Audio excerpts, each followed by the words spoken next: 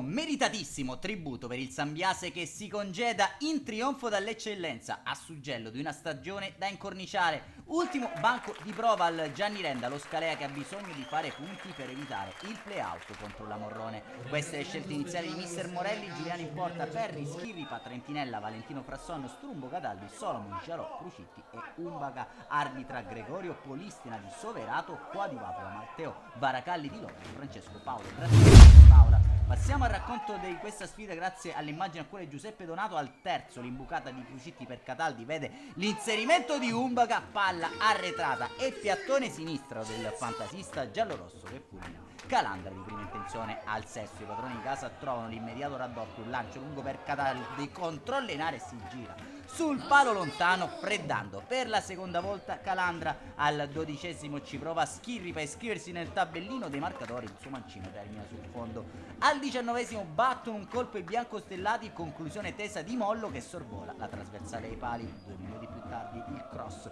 del solito Umbaca per la testa di Solomon, pallone che però termina sul fondo. 2 minuti dopo la mezz'ora Scalea pericoloso con un colpo di testa di Troncone che sorvola la traversa. Al 34° Crucitti scambia con Umbaca, prova il mancino deviato però questa volta provvidenzialmente con il piede da Calandra.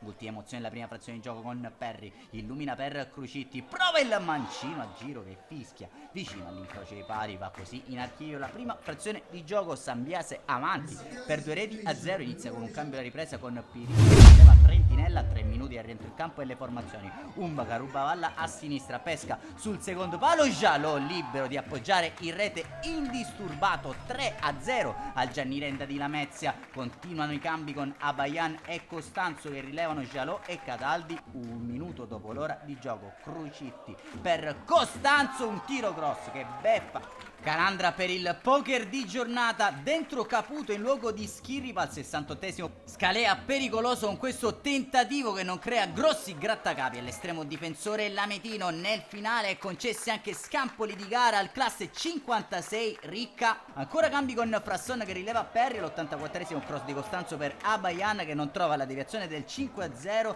Segue solo il triplice fischio, il Sambiase si congeda come meglio non potrebbe dai propri tifosi. Il prossimo anno sarà Serie D al Gianni Renda. Un saluto amici appassionati, appuntamento alla prossima stagione.